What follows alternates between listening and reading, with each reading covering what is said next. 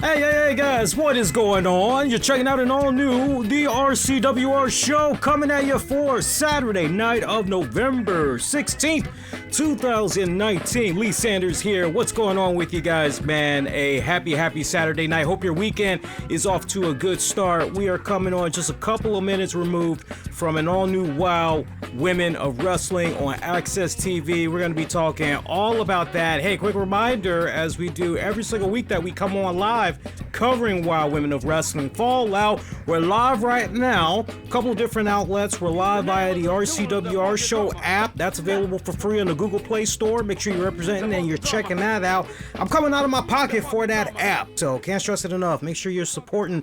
Check out the show via the app there. And we're also streaming live via our Discord server, and we're streaming live via Spreaker and on YouTube. So a couple of different places you guys can check out the show. You dig? Oh my God, man. This was definitely an interesting episode of WOW Women of Wrestling.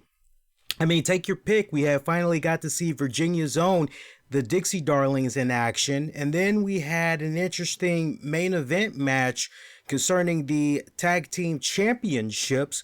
We were kind of under the impression from last week, and hey, not for nothing, we all could easily go back to last week's episode and maybe try to see with clarity if it really was laid out. But I watched last week's episode twice last weekend and I didn't really catch it, but we went into this week's episode under the impression we were going to be seeing a triple threat match that was going to crown a new women's tag team champion, or champions, but that wasn't the case at all. Instead, what we had got was a triple threat match where basically whoever ate the pin or the submission was going to be eliminated, and the other two teams would go on to face each other, and then out of that we would get finally a new WOW Tag Team Champions. So I'm not really sure how many of you guys were a little bit caught up on that as well from last week, but yeah, I'm glad that they definitely had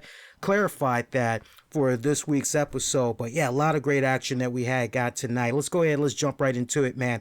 All right, so we get ourselves for our opener, we get the Bully Busters, Steffi Slays and Keita Rush. They were in action as they had faced Abilene Maverick, the governor's daughter, and the disciplinarian. Now you gotta remember, over the course of the past couple of weeks, since Abilene Maverick has paired up with the disciplinarian and Samantha Smart, they haven't exactly been on the same page. More specifically, Abilene Maverick and the disciplinarian are not getting on the same page. I mean, you could definitely see the potential there of them being a really great tag team. And tonight was, for me, honestly, since they have been teaming up, it seems as though this match that they had against the Bully Busters, Steffi Slays and Keita Rush, it really seemed as though they reached their peak as a tag team as far as chemistry goes and all that. Although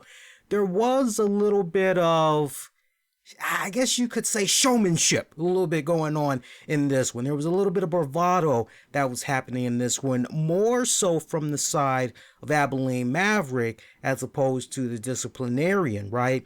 But we've seen over the course of the past couple of weeks, disciplinarian Abilene haven't really been meeting eye to eye because of a couple of miscues that's been going on with some of the tag matches. And remember, Abilene Maverick, when she really felt as though, okay, we can definitely go somewhere in the tag team tournament series here.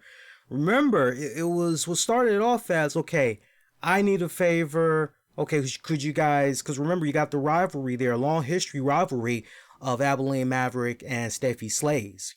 And that's how ultimately Samantha Smart, disciplinarian, stepped in there. It was kind of a, you scratch my back, and when you need a favor, I'll definitely hook you up and everything. So when Abilene Maverick went to Samantha Smart basically saying, look, I don't really want to face Steffi Slays. I'm trying to dodge her right now. You think you could do me a solid? And so the arrangements were made, and that's how they pretty much got involved in the business of Steffi Slays. And then when it came to that tag team tournament series, rather than Samantha Smart get physical and try to go in there, okay, well, let me use my brains. Maverick shows me a favor or whatever. So it was nice getting a little bit of a video package recap of everything that's culminated so far with all the parties involved in setting up this tag match. But the one thing that has been consistent, the times that we have seen Maverick and Disciplinarian team up, it seems like they're off to a good start, and then there is some type of a miscue, and then when it counts the most, things backfire. They're at the receiving end of a defeat, and then there is the case of, well, usually Abilene Maverick pointing the finger. Was that going to happen in this match tonight?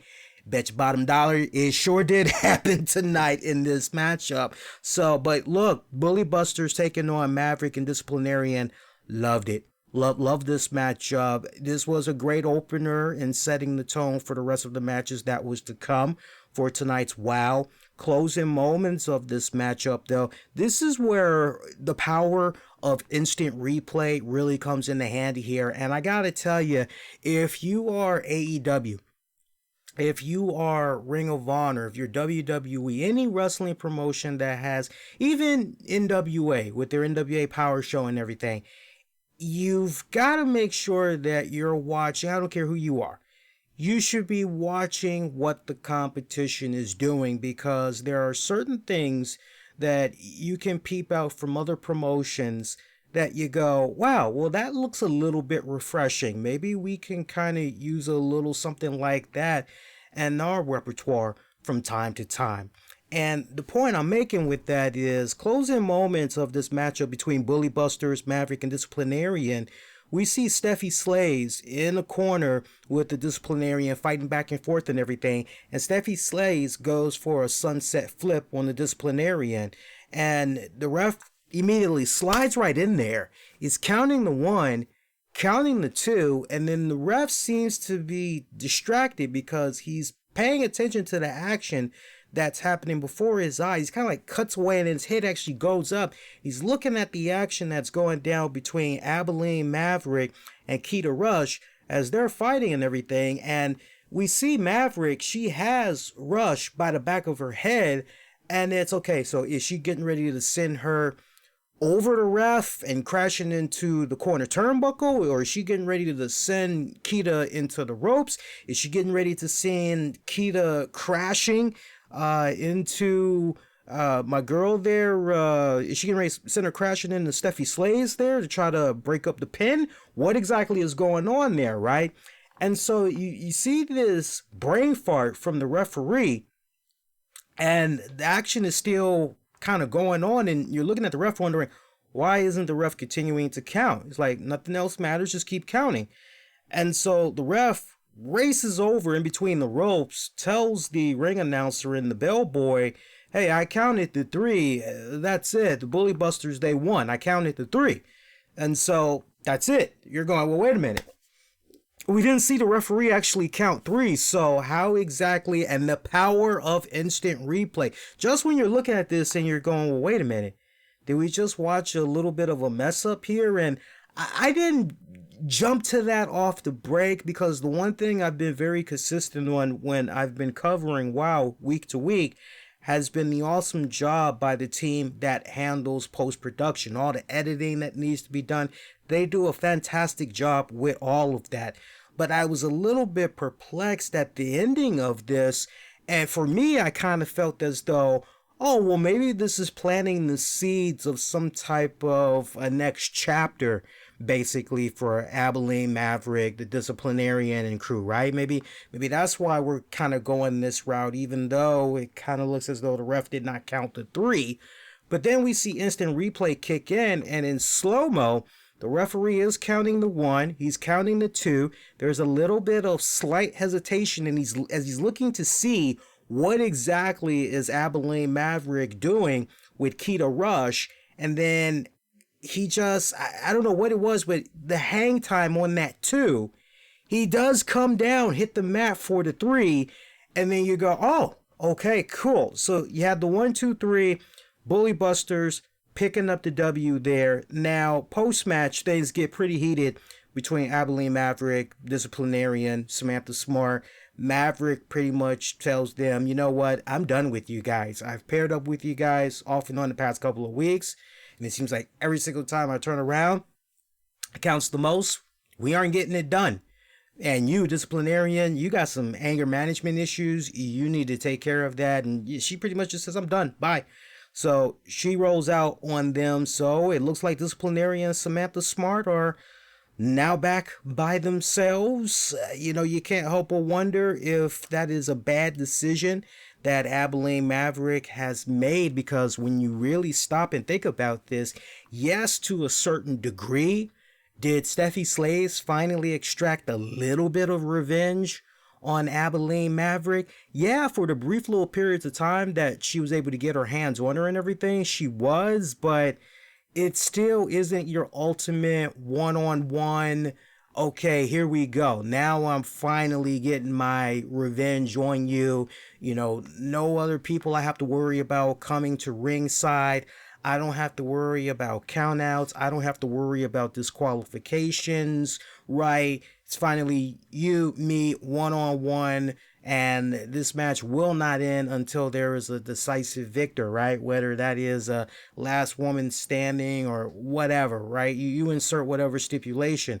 So, unfortunately, if you're kind of looking at this current story arc, just a couple of weeks down the road. By the way, we're reviewing season 2, episode 10. We're now on the 10th episode. So we're about at that halfway point of this 24 episode season. So, and the consistency and the quality of the storytelling and the matches continues to be there every single week. I'm loving it. I'm really loving it. But looking a couple of weeks down the road, now that Abilene Maverick has broken her alliance there with the disciplinarian Samantha Smart, now you can't help but wonder, okay, so now that you're kind of out there by your lonesome, all right, so did you really think this through? Because what you did there was heated and in haste, and now you really leave yourself opened and way out there for Steffi Slays to maybe have a conversation with David McLean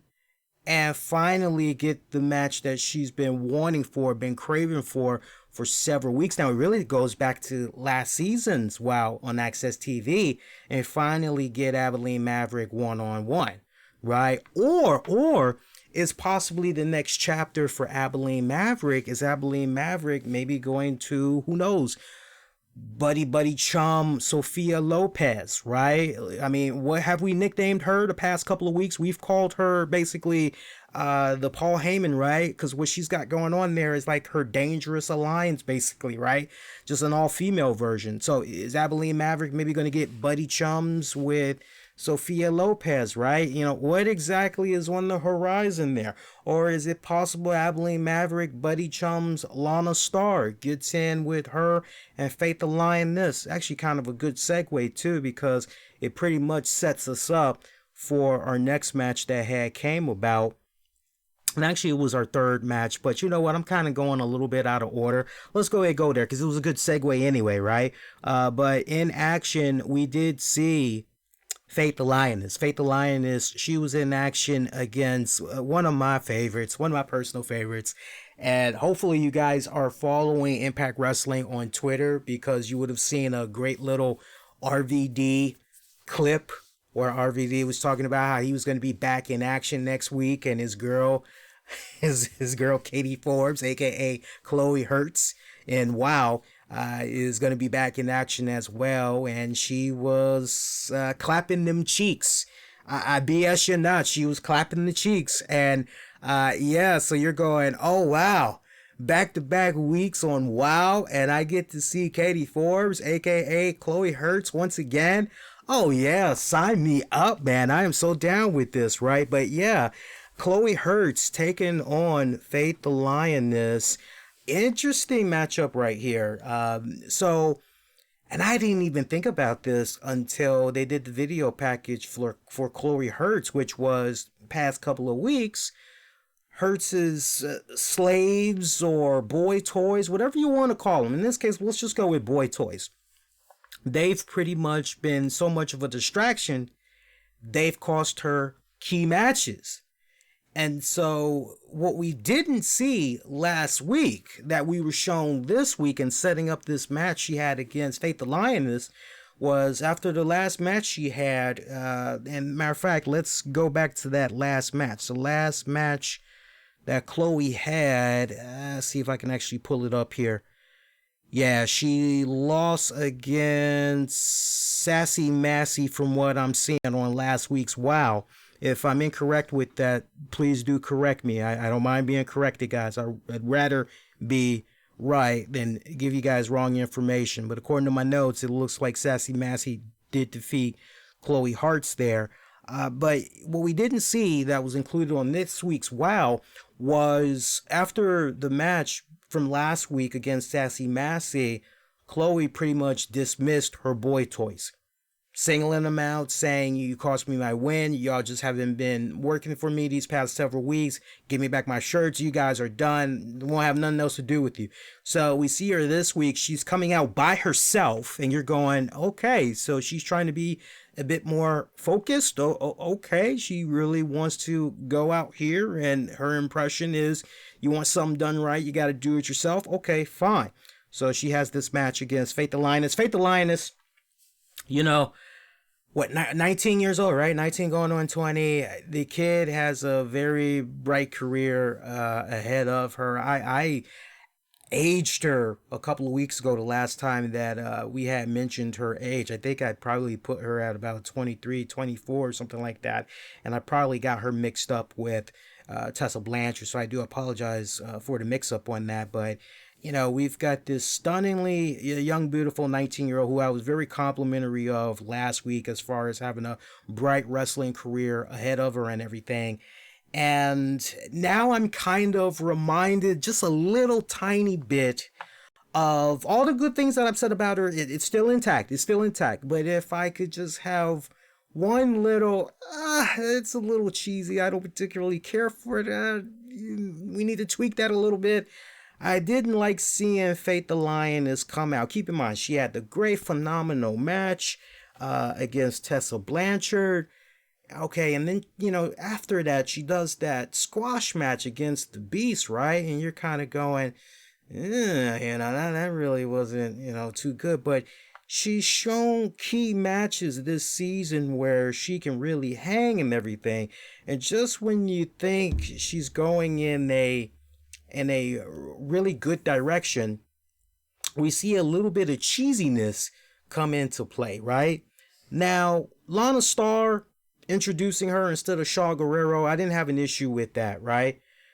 I'm sold on that because after all, Lana Starr is basically coming off like, this is my diamond in the rough. This is my protege. This is my latest experiment. This is my new sensation, right? This is my newest attraction. Let me peep you all out to this, right? I don't mind her doing all of that. But what I do mind is seeing Faith the Lioness come out and she's back with the dancers. And I'm sure Mish remembers this very well, but I remember last season when we were talking about Faith the Lioness, I said, dudes, I can honestly do without her coming out with the music and all that. It's just a little bit too much for me, right? I get you're trying to sell her musical career and, you know, she's a dancer and she's got all of these jack of trade things that's going on and everything. But like, I can honestly, you know, I mean, look, the theatrics was fine, but if you ask me honestly, I just feel like that was so last season. It feels like overall the character has matured more, and at the same time it leaves me very conflicted as a wrestling fan, conflicted from this standpoint, which is, okay, so Lana Starr is coming out. We've seen all of the actions that she's been doing thus far, which has indicated heel tendencies. She's not a tweener by any means. She's a heel. Okay, so we're supposed to boo you. Okay, get that. And the fact that Faith the Lioness has teamed up with Lana Starr, and thus the actions that Faith the Lioness has taken upon herself. Okay, so you are a heel as well. Okay, all right, we're establishing that. Cool. But then we have Faith the Lioness come out, you dig? And she's clapping her hands, and she's got the microphone in her hand, and the people, her little dancers, are in the ring with her, and she's, yeah, flex, whatever she's singing, but she's not singing. It's lip sync like a mofo, and it's poor lip syncing at that. I've seen better lip syncing on Soul Train than what I had got this week, right? And so for me, that's where, okay, now we're confused here because, what are we doing exactly with Faith the Lioness? And the way that you could kind of clean this up just a little bit, if I could kind of make a suggestion, the way you clean it up, you basically could kind of tie it around the whole, well, Faith the Lioness feels that as far as her wrestling career, her musical career, her acting career, her dancing career, insert whatever, Lana Star is going to be able to make her be number one in all of those categories, through her expertise and all this other stuff, right? And I just need to see something that kind of justifies why Faith the Lioness, if this is the beginning of something we're going to be seeing from her for the rest of this season, where she's trying to interact with the crowd, then I need to see some type of a sidebar, why Faith the Lioness is even doing this, because it doesn't make sense right now. It's very bipolar is the right term I want to go with. Okay, that's the term I'm gonna go with. That's what I'm sticking to. I honestly thought we were done with it, because for me, okay, if you're trying to establish Faith the Lioness as a babyface, okay, well, I look at what she's doing no different than R-Truth. Come on, y'all, it's time to crank it up. Let's go, people over there. What's up? If you feel me, say what's up. What's up? If you're gonna, okay, all right, I get that. And normally, to R-Truth's credit, he's been a babyface. Like, when was the last time you saw R-Truth come out as a heel? And, he's, people over there, what's up? When's the last time? You feel me? What's up? You haven't seen R-Truth do anything like that before. So, for me personally, I would just go, okay, so for as long as you're going to be a heel, Faith the Lioness, you can't be going out there and you can't be with your dancers and singing XYZ. Now we're done with that. You go back as a babyface, then you could bring it back. Now, I would love to play around with Faith the Lioness as far as writing material goes, because I would tweak her shit that she's doing right now. And she's getting the crowd worked up and, trying to have them sing along and everything. I would actually have her come out every single time, and I would have her throw some bars out there insulting the crowd. That's how you freaking do it. If you really want to get the crowd worked up and everything like that, that's how you freaking do it. If you want her to go out there and you want her to sing and you want her to dance and everything like that. But yeah, that was just... Now, match-wise against Chloe Hertz, this was actually pretty damn good. Last week I was very complimentary of how technical Chloe Hertz was. This week we even see her be even more technical in this matchup. You're going, my God, what can Chloe not do? Like, seriously, what can she not do? Badass match, but... what was honestly a great technical type of a match. Yes, believe it or not, when you hear me say, wait, technical, Chloe Hertz, aka Katie Forbes, Faith the Lioness, it was technical, guys. Yes, it was technical. Despite all of that, we kind of had like a Looney Tunes moment in the final moments of this matchup. That's like the best way I can describe this. So you had Chloe Hertz, who is showboating a little bit in the final seconds of this match. She's playing up to the crowd and everything. And the referee is checking up on frickin' Lioness. Meanwhile, Lana Star jumps up on the apron and is holding a mirror. And Chloe is coming over to her like, what is going on with you? What is your deal? Because a couple of times throughout this match, just when it seemed as though Chloe had it over and done with, she's got the win, Lana Star kept interfering, whether it was putting up Faith's foot on the ropes to break the count, whatever, or just jumping up, distracting the ref, whatever. Like, she popped up a lot during this matchup, right? You can almost kind of say, wow, this is the first time that really since Lana Star has teamed up with Faith that she's really tried to go above and beyond to help her client out as best as possible. This was really, to date, this was really her doing a lot and then some, right? So Chloe, this final time, she's trying to have some words with Lana Star, and Lana has this mirror, and Chloe just stops what she's doing, and she's just checking her hair, she's checking her face, she's just amazed with her beauty and everything. And then she realizes there's a match.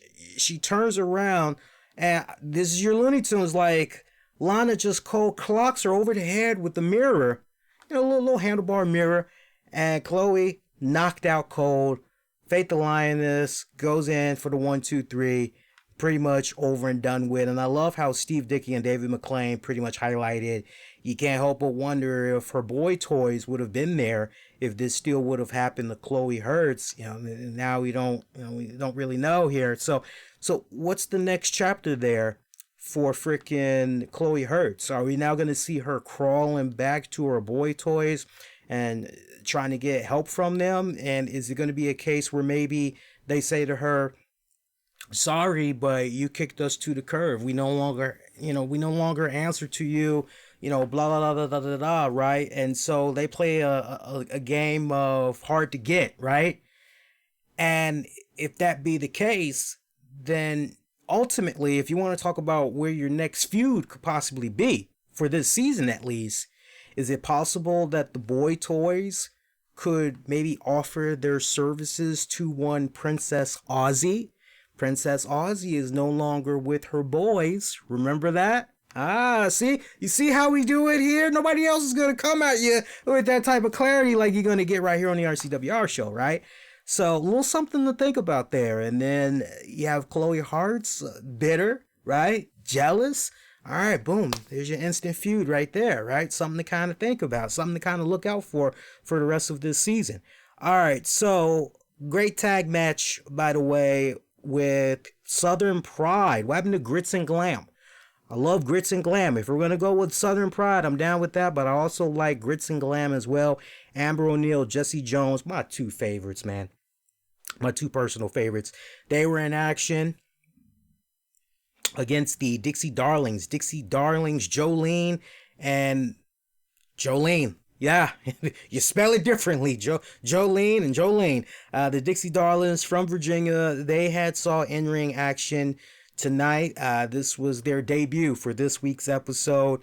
Look, I thought they did fantastic. I did. Now, I will admit to you guys, because not everything is going to be fantastic. Oh, awesome. Oh, superb. Not everything is going to be, kind of how I gave a little bit of constructive criticism there about Faith the Lioness, but how we can rectify that, right? Are the Dixie Darlings still very green? Even with all of what the great team in post-production did, you could tell that they're still green. You can tell that. However, you can also see the potential they have, right? There's no denying that whatsoever. For me, one of the main things I'm really going to be paying attention to, two things actually. I'm going to be paying attention to the more action that they get in the ring. I know they've been training and everything with Jesse Jones, Selena Majors, a few other people and everything. I need to see more of them and everything in action. But I'm also going to be paying attention to their character developments and everything. That's the other thing I'm going to be peeping out and everything. But were they very green in this match? Yeah, I mean, I'd be lying if I said, they held their own against Amber O'Neal and Jesse Jones. You could tell that Amber and Jesse, you could tell who the in-ring generals were. You could tell who was guiding them, right? But with that guidance, I really, not that I was looking for miscues, botches or anything like that, because I wasn't, but you could definitely feel and see the greenness from the Dixie Darlings. There's no mistake about that whatsoever. And I don't know what the hell happened with Jesse Jones, if it was in that match or if it was in a match prior, but it was weird because yes, I be looking at Amber O'Neal and Jesse Jones like that. I look at all the women on WoW like that, but whatever. Anyway, it was weird because all of a sudden I see this red bruise that's around the left hand hip backside of Jesse Jones, and I'm going, well, wait a minute, that wasn't there at first. I just saw these girls come out to the ring and everything. Rocking their cute little Daisy Dukes, showing off their shapes and all that. Okay, nice, cool, right? I didn't see that at first, right? And not for nothing, but Jesse Jones' complexion is pretty light. So as far as bruising goes, going into the ropes, it's going to be pretty easy to spot. But I don't know if the bruise had happened at some point during this match, because I swear it wasn't there when they came out.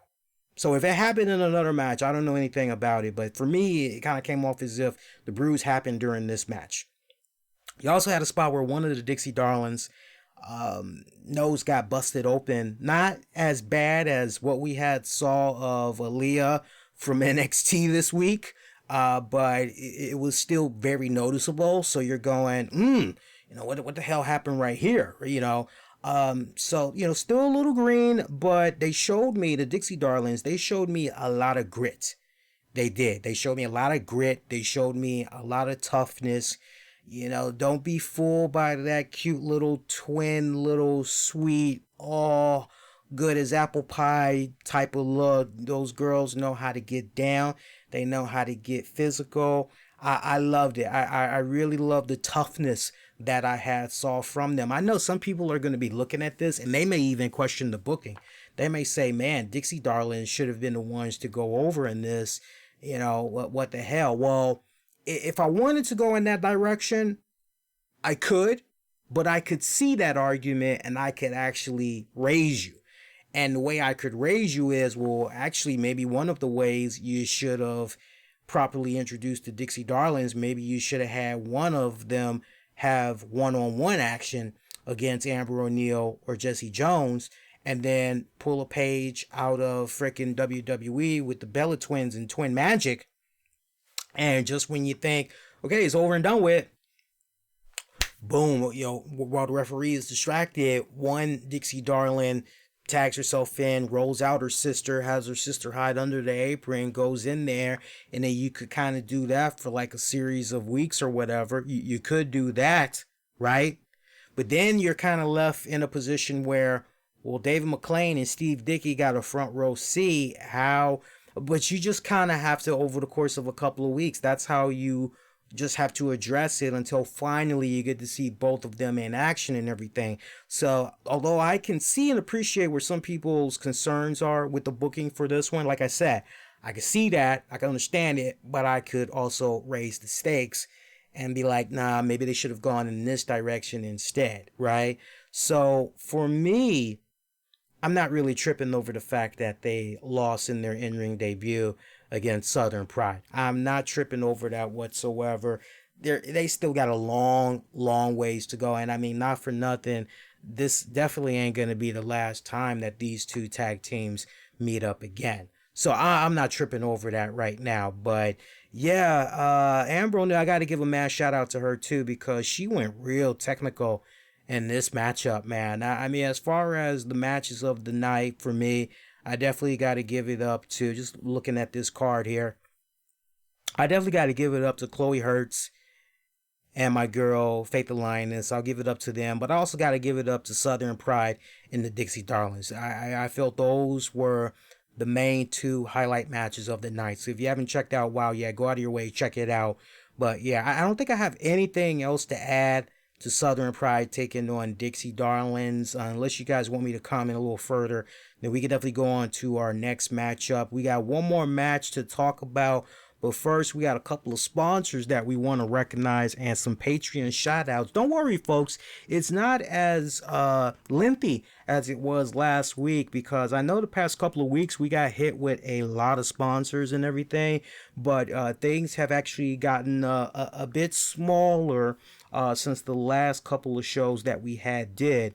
So we're actually just pretty much in and out. So I appreciate everybody's time and patience. And remember, something new that we now say when you guys check out the show on demand and on the downloads is you can always hit the fast forward button. However, for $5 a month, patreon.com/RCWR Show, you get episodes like this that you're checking out right now, ad-free, no commercials whatsoever. At the most, you hear Patreon shoutouts, but that's it. It's ad-free, right? Good stuff. And not to mention, you also get access to bonus audio, video content, great majority of which you won't be able to find anywhere else. But shout out to our Patreon members, John Krauser. Also shout out to Justin Ripstock, Sean Kenter, Tony Bain Gaming. If you want the latest in all things Marvel video games from the likes of Marvel Strike Force, Marvel Super Wars, Marvel Ultimate Alliance 3, Tony Bain, he's your man. He's got the news, reviews, tips, walkthroughs. He's got a great YouTube channel, and he's got a Patreon paywall as well. Check him out, Tony Bain Gaming. Shout out to Freddie R. Freddie! And matter of fact, after I take a brief intermission, I will be coming back on live, and we're going to begin the Painting with Lee series. I'm finally going to sit down and start working on this commission that our Patreon member Freddie had hired me for a couple of weeks back. Now that we've got the furnace up and running again, and I've been pretty much cleaning up the studio past couple of hours today, getting everything nice and set up. So Freddie and everybody else in for a good treat with this series. Shout out to Michael Wolf, shout out to John Davis, shout out to my brother-in-arms, Anthony Missionary Thomas of Wrestling Soup, and shout out to Joe Raymond Jr. Let's get into some of those sponsor plugs, by the way. Shout out to, who we got here? Shout out to IamCanary.com. You know, life can be so unpredictable. And as a result of that, you need to be prepared for any situation that comes. Better to be safe than sorry, I always say. Even if you can't do it yourself, I Am Canary can. They can help send anyone a crucially important message in case of an emergency or an accident in life. Great affordable plans. And get this, since 2018, they have had more than 12,000 registered users. So check them out, IamCanary.com. Also, shout out to the good folks behind the comedy / horror flick, President Evil. I was going to say Resident Evil. I wish. President Evil. Just days before the midterm elections, 3 young girls are stalked by a deranged killer dressed as the President of the United States. Yeah, if you love SNL, Real Time with Bill Maher, Mad, the comics, you know, you love all that satire, you know, dark comedy, you know, all that stuff. Check that out. They've got the trailer and the movie available on Amazon.com. Can't forget my good friends over at SHEABoo.com. SHEABoo.com, all natural, best skincare products, all made from natural organic oils and shea butter. Truly the best vegan skincare products on earth. SHEABoo.com. Check them out. Also, LeafyAssets.com. If you are a real estate investor or entrepreneur, they can actually help protect your assets and strategically grow your business and wealth. Check them out. And we got a new sponsor that I definitely want to show some love to, TheJingleShop.com. Again, TheJingleShop.com. The holidays are upon us, folks, and if you have not got started yet on your Christmas shopping, TheJingleShop.com can actually help you out. I'm telling you, you want to hop on there every day. They got great daily deals. And whether you need something for the missus, the mister, brother, sister, I'm telling you, they got electronics. They've got clothing. They've got homeware, accessories, decorations, holiday ornaments, the whole 9 yards.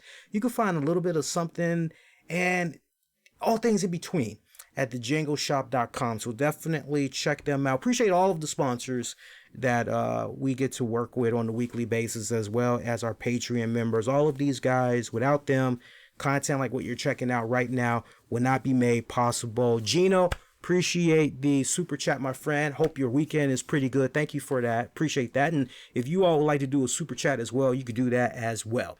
All right, so we got one more match to talk about. Let's go there. So we had our main event match for tonight, and as we said at the very top, we were led to the impression last week that this was it, that we were going to get new tag team champions, but that's not the case of what went down tonight. So the match, this triple threat match, the rules were simple. Whichever team ate the pinfall or the submission, they were officially eliminated, and the other two teams would go on to next week's Wild Women of Wrestling, where they would face off to finally crown Wild Tag Team Champions. So your three teams for tonight's main event, it was Adrenaline and Fire taking on the Monsters of Madness, Havoc and Hazard, against Siren and Voodoo Doll.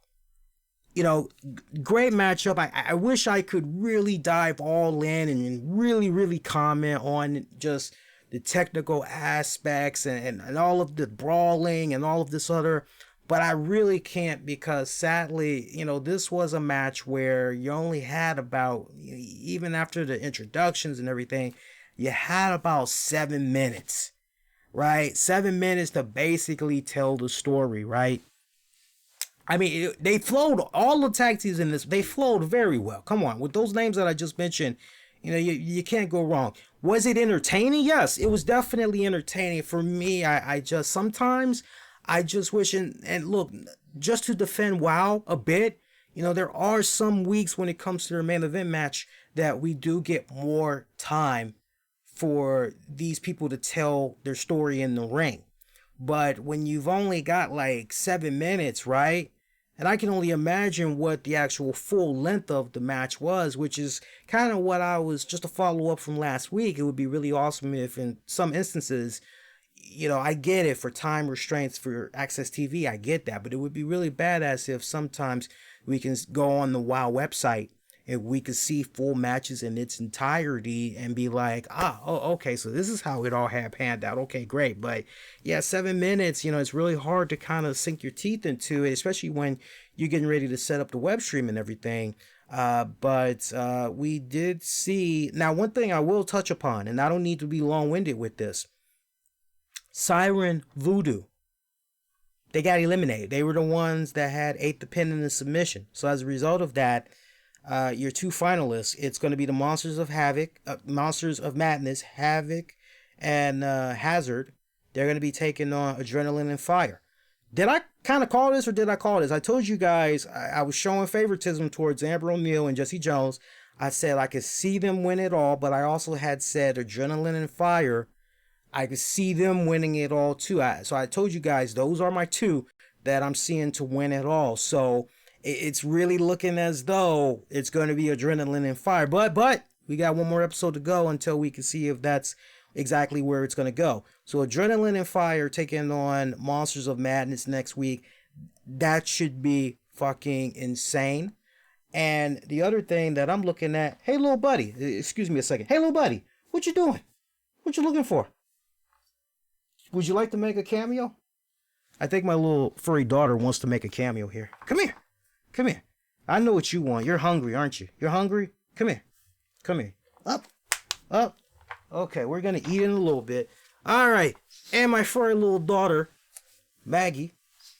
You want to say hello to the good people out there? You want to say hello to little good people? Hello. All right, we're going to eat in a little bit, all right? You can hang out with me in the meantime. All right, so anyway, yeah, you know, one thing that I thought was kind of interesting about this matchup was the fact that, for whatever respected reason, Princess Aussie did not come out.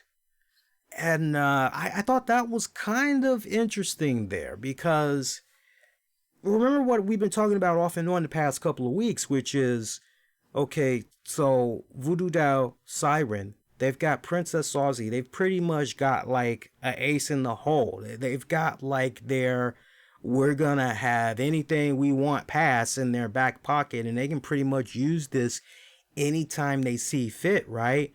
And we've been seeing the teases that's been going on these past several weeks with these girls. And so just when you think, like, even last week, as recent as last week, we had saw Voodoo and Siren get involved post match of a something that Princess Aussie has. As a matter of fact, just kind of going back to the notes again to see what that match was with Princess Aussie. I'm trying to see if I can pull it up here.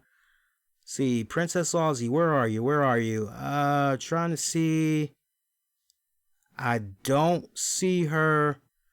I'm looking at the November 2nd episode, and it doesn't look like I see anything on that one. Let me see if there was anything from before that. I don't think so. I know I saw her in action, Princess Aussie that was. I can't recall if it was maybe last week, because what was last week? Last week would have been what? Let's look at the calendar here. All right, so last week would have been the 9th. And I'm not seeing, let me see here. Yeah, because I could have sworn she was in action last week. Yeah, I'm not seeing anything, sadly. If it wasn't last week, well, no, it had to been. It had to been last week. It had to been. But my point is, post-match, Siren and Voodoo, they kind of teased her a little bit like they were getting ready to jump her or whatever, right? But they didn't do anything.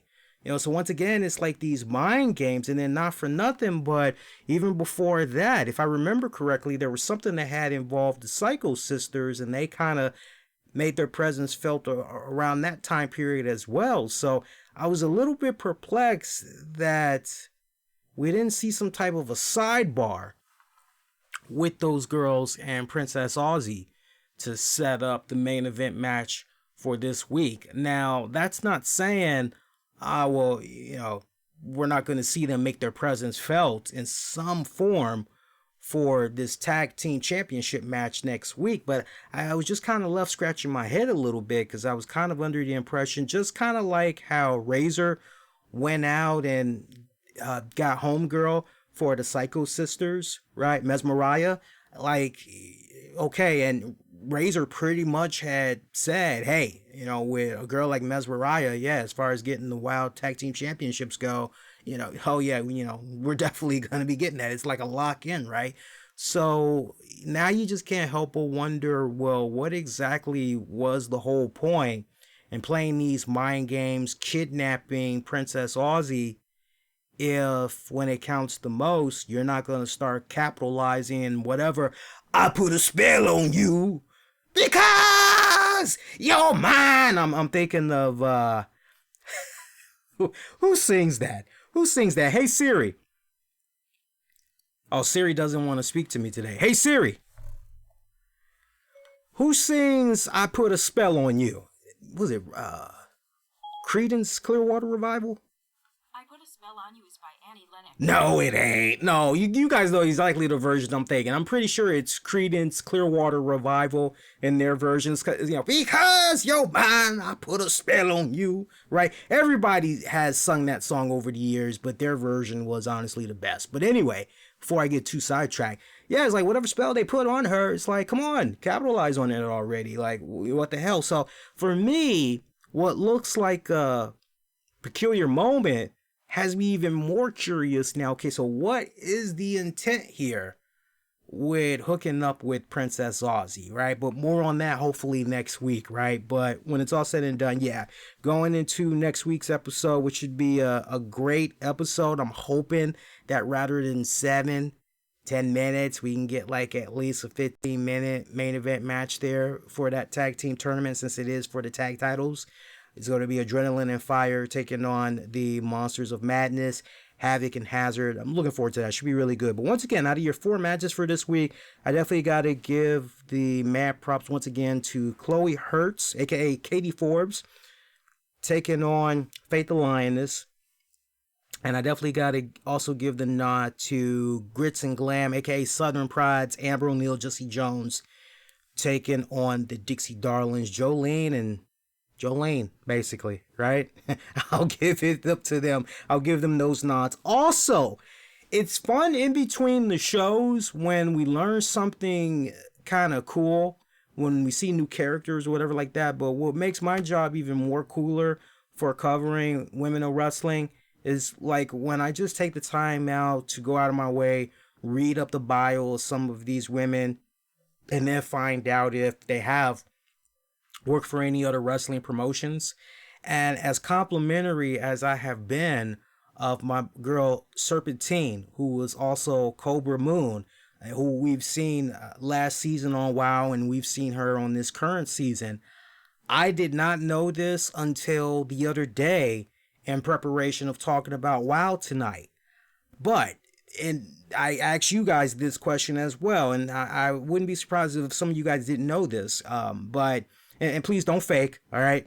But I didn't know that Cobra Moon, aka Serpentine, I did not know that was Thunder Rosa. All this time, I fucking did not know. And I've seen a little bit of Thunder Rosa stuff over the years, but like enough to go, I'm impressed. But I'm telling you, I had no fucking idea. I had no clue all this time who I was watching in WoW was freaking Thunder Rosa. And that just makes me even dig her even more. I mean, that's really badass. Really freaking badass. So, yeah, if you guys didn't know that, now you know, apparently. Yeah, good shit right there. I just thought I'd share that.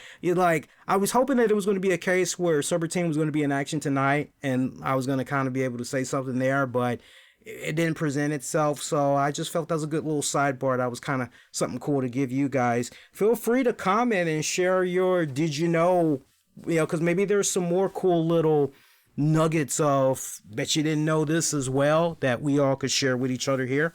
But other than that, that is it. This episode of WoW for this week, pretty good. We're going to go eat in a little bit, little buddy. Pretty good this week. Got no issues with it whatsoever. So as far as programming notes go, what's going to happen now? We're going to have a brief intermission. And I'm going to be back in about probably maybe an hour or so. And I'll have some nice music playing. I'm going to actually be streaming our what's going to be the beginning of our Painting with Lee series. All right, because we're doing that commission work for Freddie. So you guys are going to have like a little bit of a bird's eye view as I'm, getting to work on painting and everything. So we'll do that for a little bit, hang out. I won't really be able to type, obviously, but I'll definitely be able to, see what you guys are saying in the chat, react to you that way and everything. So that should be good. Give me about an hour, set that up and everything, and we'll be good to go. Hour, it's definitely happening tonight.